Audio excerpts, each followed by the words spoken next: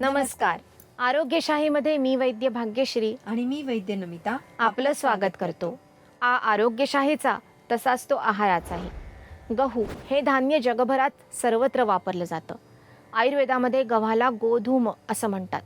रोटी असो, पोळी किंवा फुलका असो, पराठा असो किंवा ब्रेड असो, गव्हाशिवाय या गोष्टी बनू शकत नाहीत. आयुर्वेदात तर गव्हाचा वापर औषधातही केलेला आढळतो. विशेषतः मोडलेलं हाड साधण्यासाठी आणि एकंदरच हाडांची शक्ती चांगली राहण्यासाठी गहू उपयोगी असतो.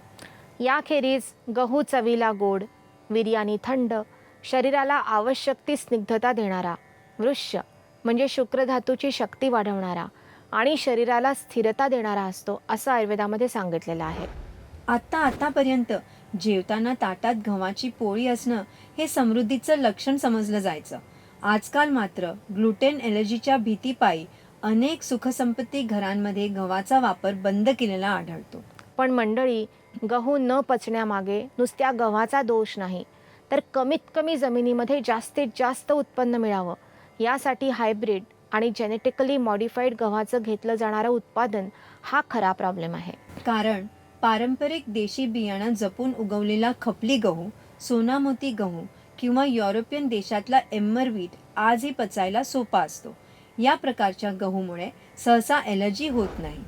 बाजारात या प्रकारचा देशी गहू जरी सहजासहजी मिळत नसला तरी थोडा प्रयत्न केला तर चवीला गोड, थोडा गोलाकार आणि लहान दाण्यांचा देशी गहू मिळू शकतो. वरवर पाहता जरी याची किंमत जास्त वाटली तरी भविष्यात रोग झाल्यावर होणाऱ्या मनस्तापाच्या आणि औषधांच्या खर्चाच्या तुलनेत तो स्वस्तच असतो.